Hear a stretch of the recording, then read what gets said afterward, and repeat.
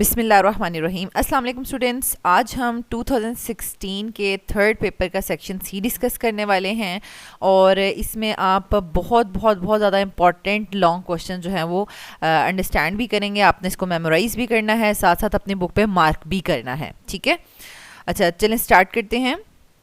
Question number 3 का A part, how does beryllium differ from other elements of its group.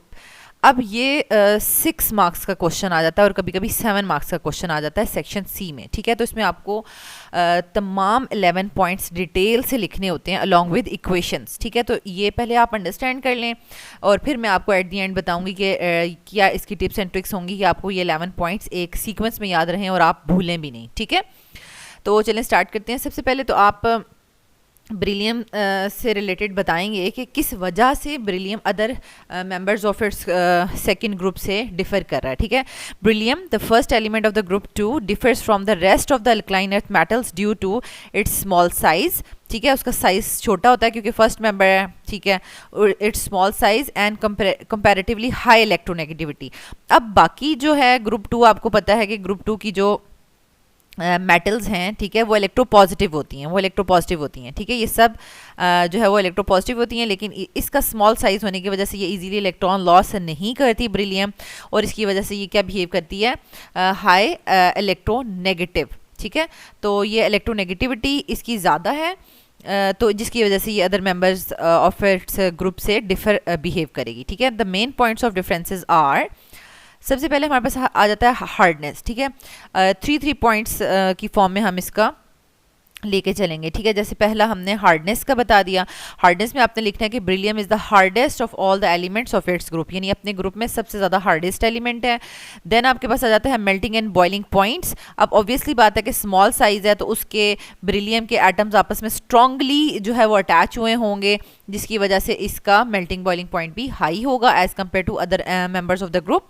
और third जो है वो formation of the covalent bond, क्योंकि असल में ग्रुप 2 में जो है वो मेटल्स होती हैं। ठीक है, और हमें पता है कि मेटल्स जो है वो क्या करती हैं, इलेक्ट्रॉन लॉस करती हैं, और जिसकी वजह से ये आयनिक बॉन्ड बनाएंगी। ठीक है, लेकिन अब जैसे कि बेरिलियम डिफरेंट बिहेव कर रहा है तो वो आयनिक बॉन्ड नहीं बनाएगा, वो कोवेलेंट बॉन्ड बनाएगा। ठीक है, तो beryllium has a tendency to form the covalent bond, so when it reacts with other elements the electronegativity difference, ये जो इलेक्ट्रोनेगेटिविटी डिफरेंस होता है ना, अगर इलेक्ट्रोनेगेटिविटी डिफरेंस बहुत ज़्यादा हाई हो, ठीक है, दो एलिमेंट्स के दरमियान, तो आयनिक बॉन्ड बनता है। ठीक है, और अगर लो हो तो फिर कोवेलेंट बॉन्ड बनता है। ठीक है, तो इनका जो इलेक्ट्रोनेगेटिव डिफरेंस होता है वो क्या होता है, is not so large and the bond is covalent, ये लार्ज नहीं होता। ठीक हो गया, ये 3 पॉइंट्स आपने एक सीक्वेंस में याद करना है कि सबसे पहले हम हार्डनेस की बात करेंगे, फिर मेल्टिंग बॉइलिंग पॉइंट्स की बात करेंगे, और फिर फॉर्मेशन ऑफ कोवेलेंट बॉन्ड्स की बात करेंगे, HMC। ठीक हो गया, अच्छा नेक्स्ट हमारे पास आ जाता है रिएक्शन विद वाटर। अब हम जो है ना 3 रिएक्शंस पढ़ेंगे, यानी एक हम रिएक्शन पढ़ेंगे इसका वाटर के साथ, और हम बताएंगे कि ये बिल्कुल भी वाटर के साथ रिएक्ट नहीं करता, इवन हायर टेम्परेचर पे भी रिएक्ट नहीं करता। फिर हम देखेंगे रिएक्शन विद द हाइड्रोजन, मतलब हाइड्राइड्स बनाता है या नहीं, तो हम कहेंगे कि डायरेक्टली तो हाइड्राइड्स नहीं बनाता लेकिन इनडायरेक्टली बना देता है। ठीक है, फिर हम देखेंगे इसका रिएक्शन विद अल्कलीज। ठीक है, तो अब हम उसका बताएंगे कि ये अल्कलीज के साथ रिएक्ट करता है, लेकिन other members of the group 2 जो है वो अल्कलीज के साथ रिएक्ट नहीं करते। तो अब यहाँ पर देखिए मैंने आपको 3 जो नेक्स्ट पॉइंट्स हैं, 4th, 5th और 6th, उसके मैंने हिंट्स बता दिए। अब उसको लिखना कैसे है वो देख लें। Reaction with water, beryllium does not react with water even at high temperature, other alkaline earth metals decompose water liberating hydrogen gas. अब आप जनरल भी इक्वेशन लिख सकते हैं कि आप कहें कि जो भी अदर मेंबर्स हैं वो वाटर के साथ रिएक्ट करके जो है मेटल ऑक्साइड्स बना देते हैं और हाइड्रोजन गैस लिबरेट करते हैं, या फिर अदर मेंबर्स में मैग्नीशियम या कैल्शियम वगैरह की आप इक्वेशन लिख सकते हैं। ठीक है, नेक्स्ट हमारे पास आ जाता है रिएक्शन विद हाइड्रोजन, और beryllium does not react with hydrogen directly to form its hydrides, however its hydrides have been prepared indirectly। जैसे कि मैंने आपको पहले बताया था कि हाइड्रोजन में हम इस तरह कर रहे हैं कि डायरेक्टली तो नहीं बनाता ये हाइड्राइड, लेकिन इनडायरेक्टली बनाता है। ठीक ठीक है। तो जो rest of the alkaline earth metals हैं वो कंबाइन करते हैं with hydrogen to form hydrides, मतलब वो इजीली कंबाइन कर लेते हैं। तो ये जो है वो आपको पता है कि डायरेक्टली कंबाइन करेगा ही नहीं, इनडायरेक्टली करेगा। तो ये रेस्ट ऑफ द एलिमेंट्स की जो है वो हाइड्रोजन के साथ जो है बॉन्ड बना के बताया हुआ है, ठीक है, क्योंकि ये सेकेंड ग्रुप की मेटल्स हैं तो इनके साथ जो है वो 2 हाइड्रोजन एटम्स जो है वो अटैच होंगे, ठीक हो गया। एंड दी हाइड्राइड्स ऑफ, अब जब हमने बता दिया कि कौन रिएक्ट करता है कौन नहीं करता और इक्वेशन भी रेस्ट ऑफ द एलिमेंट्स की बता दी है, तो यहाँ पर हम हाइड्राइड्स की जो है ना नेचर बता रहे हैं कि बेरिलियम और मैग्नीशियम के हाइड्राइड्स जो हैं बिल्कुल टॉप मेंबर्स हैं ना ये, क्योंकि पहले बेरिलियम है, फिर मैग्नीशियम, फिर कैल्शियम, बेरियम और स्ट्रॉन्शियम, नहीं पहले स्ट्रॉन्शियम है और फिर बेरियम, ठीक है, बेरियम सबसे एंड पे। तो इस तरीके से तो बेरिलियम और मैग्नीशियम के जो हाइड्राइड्स हैं वो कोवेलेंट हैं, लेकिन जो अदर मेंबर्स हैं कैल्शियम, स्ट्रॉन्शियम एंड बेरियम के वो हाइड्राइड्स जो हैं वो आयनिक हैं, ठीक है, क्योंकि ऑब्वियसली बात है साइज बड़ा है तो इजीली इलेक्ट्रॉन लॉस कर सकते हैं तो वो आयनिक बनाएंगे। नेक्स्ट है लास्ट हमारे पास, यानी जो 3 रिएक्शंस हम पढ़े थे उनमें अल्कलीज के साथ रिएक्शन है। Beryllium reacts with alkalis to form the hydrogen gas, ये अलग से भी पेपर में क्वेश्चन आ जाता है, ठीक है। बेरिलियम जो है वो अल्कलीज के साथ रिएक्ट करता है to form hydrogen gas, while other alkaline earth metals do not react with alkalis, simple, ठीक है। तो आप बेरिलियम की इक्वेशन लिख दें, बेरिलियम को जब आप बेस के साथ रिएक्ट करेंगे तो सोडियम बेराइलेट बनाएगा। अब ये देखिए, अब सोडियम बेराइलेट की जो इक्वेशन है ना तो उसको आपने बहुत अच्छे से अंडरस्टैंड करना है, क्योंकि देखिए ये बेरिलियम है ना, तो बेरिलियम आपके पास वो ऑक्सीजन के साथ रिएक्ट करता है, ठीक है, और फिर उसको बैलेंस करने के लिए हमने उसके साथ 2 सोडियम अटैच किए हैं, ठीक है, क्योंकि ये देखें एक ऑक्सीजन के ऊपर 2 चार्ज होता है, 2 के ऊपर माइनस चार्ज हो जाएगा, ठीक है। और अब ऑब्वियसली बात है कि इसके ऊपर जो है बेरिलियम ग्रुप 2 का 2 की मेटल है तो उसके ऊपर +2 चार्ज होगा तो बाहर -2 आ जाएगा। उसको बैलेंस करने के लिए आपके पास सोडियम का +2 चार्ज होना चाहिए, दैट्स वाई आप सोडियम 2 लेंगे, यानी आप सोडियम बेराइलाइट में सोडियम BeO2 नहीं लिख सकते, ठीक है। तो ये सोडियम बेराइलेट का फॉर्मूला है Na2BeO2, ठीक हो गया। नेक्स्ट हमारे पास आ जाता है 3 रिएक्शंस भी कर लिए। सबसे पहले आपने किया कि हार्डनेस, फिर आपने मेल्टिंग बॉइलिंग पॉइंट्स, फिर कोवेलेंट बॉन्ड फॉर्मेशन बताई, ठीक है, HMC हो गया। फिर आपने बताया कि वाटर के साथ रिएक्शन, हाइड्रोजन के साथ रिएक्शन और अल्कलीज के साथ रिएक्शन, ठीक है, रिएक्शंस। तो रिएक्शंस में आपने वाटर के साथ बताया कि बिल्कुल भी रिएक्ट नहीं करता, अल्कलीज के साथ, हाइड्रोजन के साथ डायरेक्ट नहीं करता, इनडायरेक्टली करता है, और अल्कलीज के साथ ये रिएक्ट करेगा, ठीक है।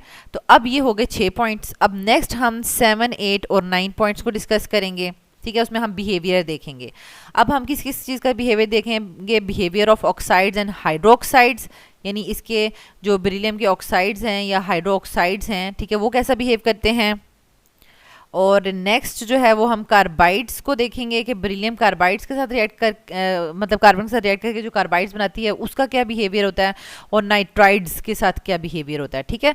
तो ये oxides, hydroxides, carbides and nitrides का बिहेवियर ये नेक्स्ट पॉइंट्स हैं हमारे, ठीक है, 7, 8 और 9। Behaviour of oxides and hydroxide, the oxides and hydroxides of beryllium are amphoteric, ठीक है।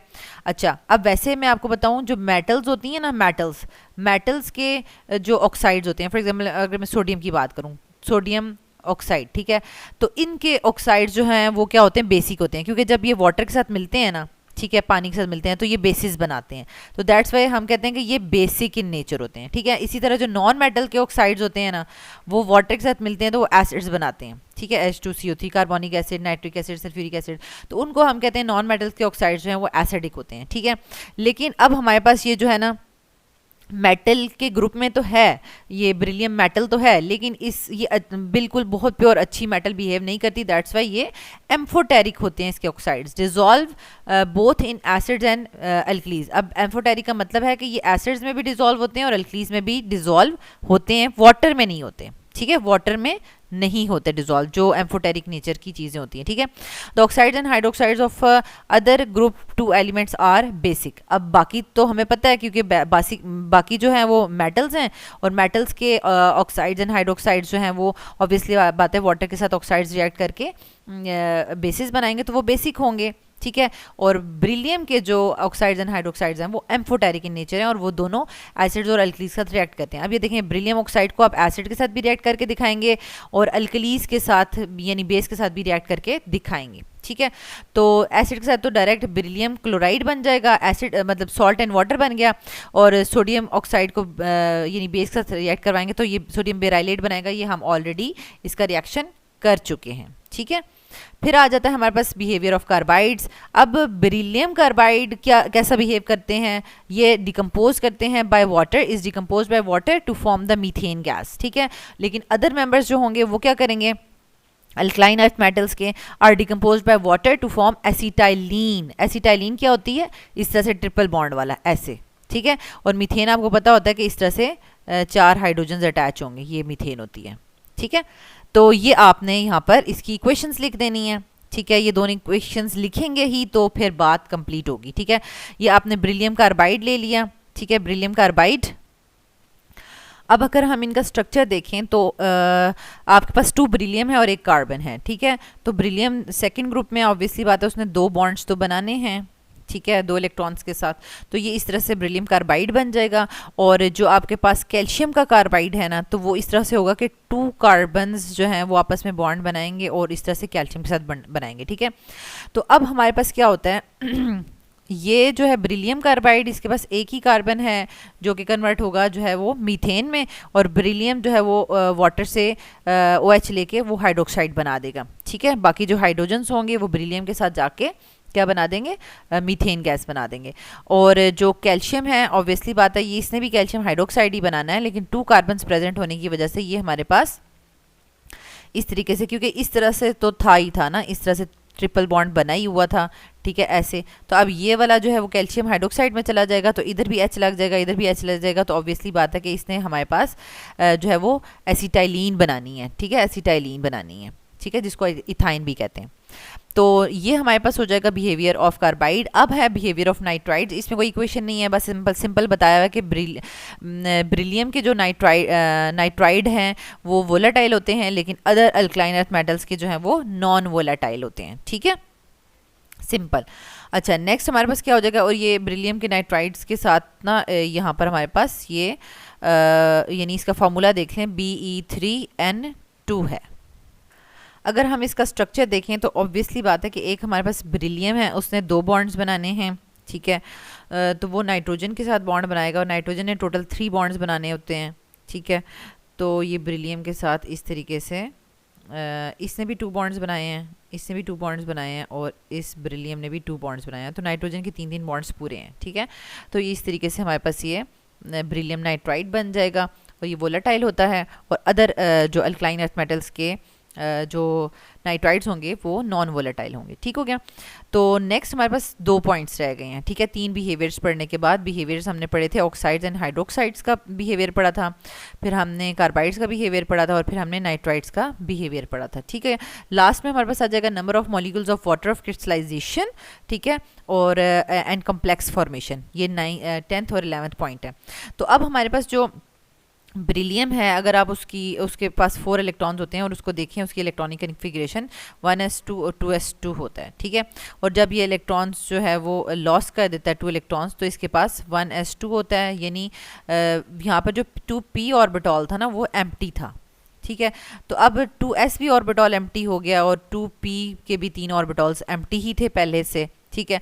तो अब ये क्या कर सकता है कि सेकंड जो शेल इसका खाली हुआ है, तो इसमें ये 4 वाटर मॉलिक्यूल से इलेक्ट्रॉन पेयर जो है वो एक्सेप्ट कर सकता है, ठीक है, 4 वाटर मॉलिक्यूल से। तो इट मीन्स कि इसका जो वाटर ऑफ क्रिस्टलाइजेशन होंगे वो 4 ही होते हैं, 4 से ज़्यादा नहीं हो सकते, लेकिन other members of its group जो है वो 6 वाटर ऑफ क्रिस्टलाइजेशन जो है वो अकोमोडेट कर सकते हैं, क्योंकि उनमें डी ऑर्बिटॉल भी इन्वॉल्व हो जाता है, ठीक है। तो ये आपको समझ आ गई है। जैसे कि फॉर एग्जाम्पल अगर हम इसमें मैग्नीशियम ले लेते हैं बेरिलियम के अलावा, ठीक है, तो उसमें मैग्नीशियम हमारे पास 12 है, ठीक है। तो या मैग्नीशियम के अलावा हमारे पास हाँ और भी अदर मेंबर्स इसी तरीके से हैं। तो अब मैग्नीशियम की इलेक्ट्रॉनिक कन्फिग्रेशन ये है, ठीक है।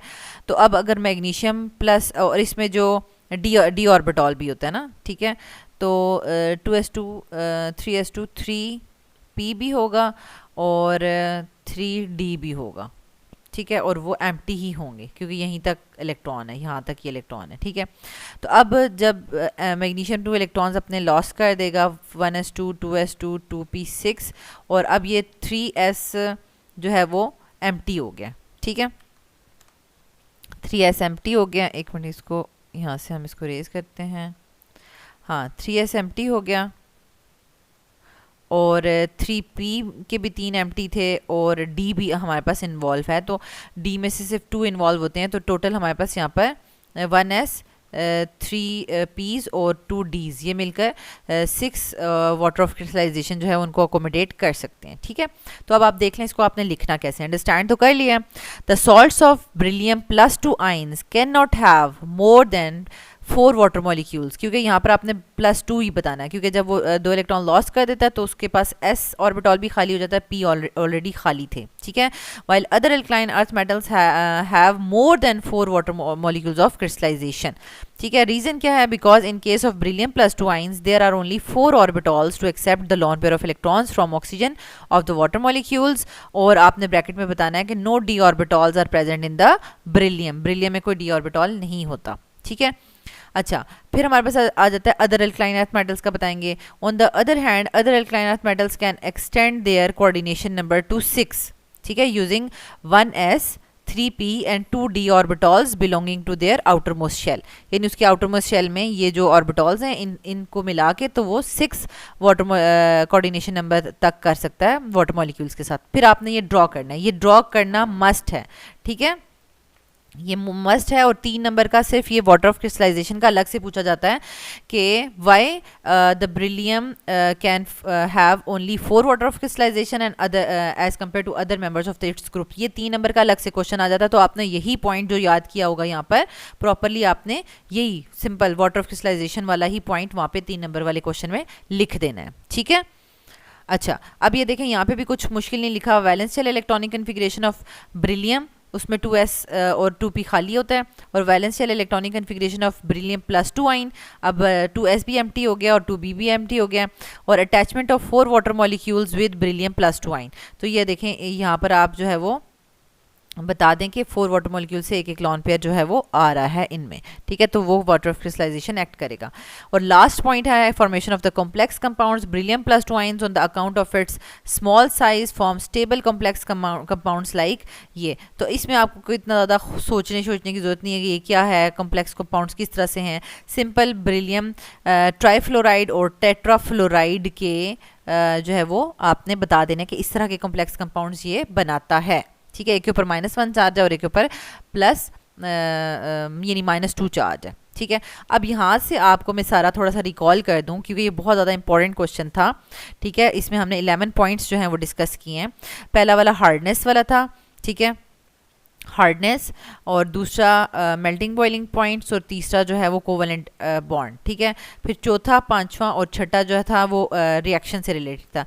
रिएक्शन विद वाटर नो, ठीक है, reaction with hydrogen in directly reaction नहीं करता लेकिन इनडायरेक्टली रिएक्शन करता है ब्रिलियम। ठीक है, और अदर मेंबर्स जो हैं वो हाइड्रोजन के साथ रिएक्ट करके हाइड्राइड्स बनाते हैं। ठीक है, और अल्कलीज के साथ जो है वो इसका रिएक्शन होता है। ठीक है, फिर 7, 8 और 9 पॉइंट्स में आपने बिहेवियर बताना है, behaviour of oxides and hydroxides, behaviour of carbides and behaviour of nitrides, और लास्ट में आपने 10th और 11th पॉइंट में आपने वाटर ऑफ क्रिस्टलाइजेशन, ठीक है, number of molecules of water crystallisation बताने हैं कि ये ब्रिलियम से 4 अकोमोडेट कर सकता है और अदर मेंबर्स जो हैं वो 6 अकोमोडेट कर सकते हैं due to presence of d orbitals in the valence shell, और फॉर्मेशन ऑफ कॉम्प्लेक्स कंपाउंड्स। ठीक है, ये कॉम्प्लेक्स कंपाउंड्स भी बनाता है due to its small size. तो ये सारा का सारा जो है वो मैं आपको प्रिपेयर करवा दिया है। अच्छा, ये देखें, while M+2 ions derive from other alkaline earth metals form very few complex compounds. ये अदर मेंबर्स इतने ज़्यादा कॉम्प्लेक्स कंपाउंड्स नहीं बनाते जितने ब्रिलियम बनाता है। ठीक है, तो अब हमारे पास आ जाता है नेक्स्ट क्वेश्चन। नेक्स्ट क्वेश्चन है क्वेश्चन नंबर 3 का B part. The acidic character of hydrides of group 7 elements increases on descending down the group. अब पहले तो आप देख लें कि हाइड्राइड्स ऑफ ग्रुप 7 क्या होंगे। देखें, ग्रुप 7 आपके पास हेलोजेंस होते हैं और उनके हाइड्राइड्स ही होंगे। ठीक है, यानी आपके पास HF की बात हो रही है, HCl की, HBr की और HI की बात हो रही है। ये हाइड्राइड्स हैं और इनका जो एसिडिक कैरेक्टर है डाउन द ग्रुप जो है वो एसिडिक कैरेक्टर इंक्रीज कर रहा है, यानी हाइड्रोजन आयोडाइड मोर एसिडिक है और हाइड्रोजन हाइड्रोजन फ्लोराइड जो है वो लेस एसिडिक है, ऐसा क्यों है? ये एसिडिक कैरेक्टर आपसे पूछा जा रहा है, ठीक है। बहुत इंपॉर्टेंट क्वेश्चन है, बहुत बहुत ज़्यादा इंपॉर्टेंट है, ठीक है, क्योंकि प्रॉपरली ये स्टूडेंट्स आंसर नहीं करते तो फुल मार्क्स नहीं आते। तो आपने देखें प्रॉपरली आंसर करना है। All the halogen acids in the gaseous state और एसेंशियली कोवेलेंट। तो अब हमारे पास क्या होता है कि ये जब हम टॉप टू बॉटम की बात करते हैं ना, HF से हम HI की तरफ जा रहे हैं, तो जो है साइज़ जो है वो बड़ा होता जाता है, ठीक है, और न्यूक्लियस की अट्रैक्शन और आउटर मोस्ट इलेक्ट्रॉन जो है वो वीक होती जाती है, तो इजीली बॉन्ड टूट जाता है ना, बॉन्ड टूट जाता है। जो मतलब ये हेलोजेंस हैं इनका बॉन्ड टूट जाता है H पॉजिटिव के साथ यानी हाइड्रोजन के साथ, तो ये इजीली अपना जो प्रोटॉन डोनेट कर देते हैं, ठीक है। तो अब आपने देखना है कि आपने इसको अटैम्प्ट कैसे करना है। All the halogen acids in the gaseous state are essentially covalent, but in the aqueous solution they ionize to give solvated protons, ठीक है, यानी वैसे तो ये कोवेलेंट बॉन्ड इनका बना होता है ना, जैसे अगर हम HF HCl का देखें, but in aqueous solution they ionize, यानी ये आयनाइज हो जाते हैं और यानी ये H जो है वो H में चला जाता है और ये वाटर के साथ मिलके H3O पॉजिटिव बना देता है, ठीक है, and hence acts as an acid, और ये एसिड एक्ट कर रहा होता है, ठीक है। अब ऑब्वियसली बात है कि जो हेलोजन एसिड ज़्यादा प्रोटॉन डोनेट करेगा वो ज़्यादा एसिडिक होगा, जो कम डोनेट करेगा तो वो कम एसिडिक होगा, ठीक है। तो यहाँ पर हमने बता दिया कि जब इनको हम वाटर में डालते हैं तो ये आयनाइज हो जाते हैं और हाइड्रोजन जो है वो in the form of H3O positive जो है वो एग्जिस्ट करता है और ये एसिड्स एक्ट करते हैं सोल्यूशन में, ठीक है। तो अब इस तरीके से यानी कोई भी हेलोजन एसिड होगा वो वाटर के साथ रिएक्ट करेगा तो H3O पॉजिटिव और हेलोजन नेगेटिव बनाएगा। HF ionises only slightly. अब हम हर एक केस को देखेंगे, जैसे HF जो है वो बहुत स्लाइटली आयनाइज होता है, ठीक है, while HCl, HBr and HI ionizes completely, और hence HF is the weakest acid and strength of these acids increases from HF to HI, और इनकी strength भी increase कर रही होती है HF से लेकर HI। ये weakest acid है और ये strongest acid है HI, ठीक हो गया। ये भी आपने प्रॉपरली लिखना है और लास्ट में आपने रीजन की हेडिंग देनी है। As we move down the group the size of the halogen atom increases which causes the decrease in the force of attraction between hydrogen and the halogen, ठीक है।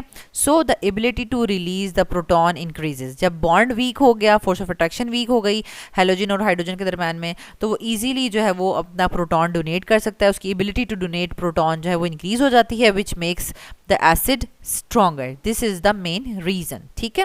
तो प्रॉपरली इसी तरीके से आपने इसको आंसर करना है। नेक्स्ट है क्वेश्चन नंबर 3 का C part. How is vanadium pentoxide used as a catalyst for the oxidation of sulphur dioxide to sulphur trioxide. तो ये आप चैप्टर 14 में जो पढ़ते हैं ना, क्या कहते हैं, ट्रांजिशन मेटल्स, तो उन ट्रांजिशन मेटल्स जो हैं वो एज अ कैटलिस्ट भी एक्ट करती हैं। तो बहुत सी ट्रांजिशन मेटल्स का आप कहें कि एज अ कैटलिस्ट वो कैसे एक्ट कर रही हैं, कैसे रिएक्शन में कैटलाइज कर रही हैं रिएक्शंस, तो वो ज़रूर रिएक्शंस पूछे जाते हैं, ठीक है। तो यहाँ पर जैसे कि वेनेडियम पेंटॉक्साइड का पूछा गया कि सल्फर डाइऑक्साइड को यानी सल्फर ट्राइऑक्साइड में कन्वर्ट करने के लिए वेनेडियम पेंटॉक्साइड जो है वो यूज़ किया जाता है, ठीक है। तो बताएं कैसे होता है ये रिएक्शन कैसे कैटालाइज होता है। तो ये आपने, ये बिल्कुल भी मुश्किल नहीं है लेकिन बहुत बहुत बहुत ज़्यादा इंपॉर्टेंट क्वेश्चन है, ठीक है। मुश्किल बिल्कुल नहीं है लेकिन अगर आपने प्रॉपरली याद नहीं किया होगा तो आप इसको आंसर नहीं कर पाएंगे, ठीक है। अब देखें ड्यूरिंग द कॉन्टैक्ट प्रोसेस, यानी ये जो प्रोसेस होता है ना सल्फ्यूरिक एसिड, सल्फर से सल्फ्यूरिक एसिड बनाने का जो प्रोसेस होता है उसको हम कॉन्टैक्ट प्रोसेस कहते हैं, ठीक है।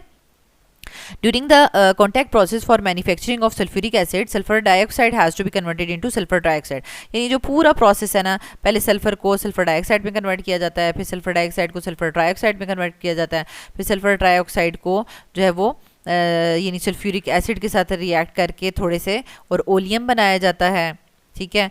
और फिर ओलियम को जो है वो क्या किया जाता है, डाइल्यूट किया जाता है, ठीक है, H2SO7, तो उससे हमारे पास सल्फ्यूरिक एसिड जनरेट हो जाता है, ठीक है। तो इतने ज़्यादा स्टेप्स होते हैं। इनमें जो दरमियान वाला स्टेप है ना उसके बारे में पूछा हुआ कि ये दरमियान वाला स्टेप जो है ना वो वेनेडियम पेंटॉक्साइड से कैटलाइज किया जाता है, तो उसका बता दें, ठीक है।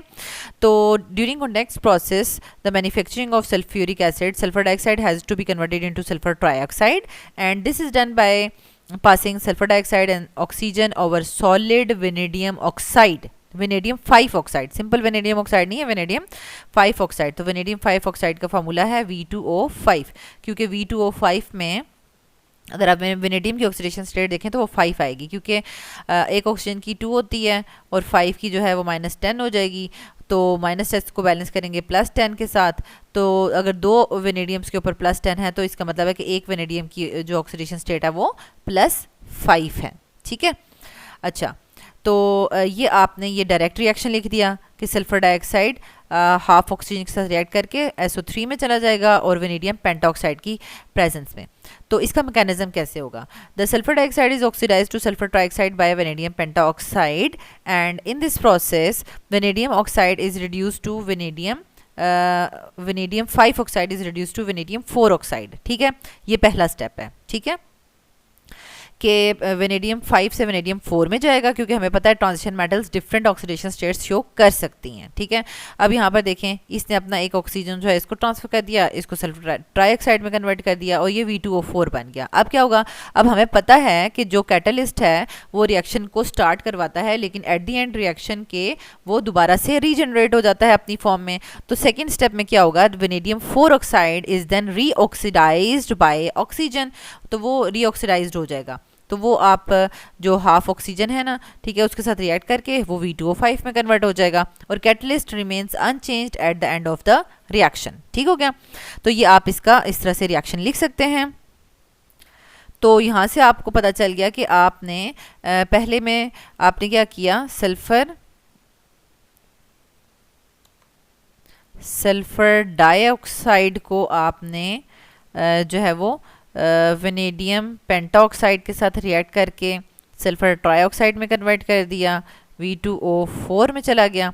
ठीक है, और फिर ये V2O4 वाला जो है वो ऑक्सीजन के साथ रिएक्ट करके V2O5 में कन्वर्ट हो गया। ठीक है, तो इसमें आप इसको इस तरह से कन्वर्ट कर सकते हैं। ठीक है, मतलब इस तरह से, और ये जो है वो एज अ कैटलिस्ट यूज़ हो रहा है। ठीक है, ये भी आपस में कट हो जाएगा, इंटरमीडिएट भी और कैटलिस्ट भी। तो ये सल्फर डाइऑक्साइड हाफ ऑक्सीजन की प्रेजेंस में जो है वो सल्फर ट्राइऑक्साइड में कन्वर्ट हो गए हैं। ठीक है, और इसमें यानी V2O5 ने एज अ कैटलिस्ट एक्ट किया था। ठीक है, तो स्टूडेंट्स यहाँ तक हमने क्वेश्चन 3 जो है 2016 के थर्ड पेपर का क्वेश्चन 3 बहुत डिटेल में डिस्कस किया है। देखें 6 to 7 मार्क्स का क्वेश्चन आ जाता है ब्रिलियम वाला, तो उसको हमने बहुत बहुत बहुत डिटेल से डिस्कस किया है। आपको मैंने टिप्स एंड ट्रिक्स भी बता दी हैं ताकि आपका बिल्कुल भी एक पॉइंट भी ना रह जाए, और अगर यही क्वेश्चन आ जाता है तो बहुत बेस्ट हो जाएगा और आपके उसमें फुल मार्क्स होंगे। ठीक है, तो नेक्स्ट वीडियो में हम इंशाल्लाह क्वेश्चन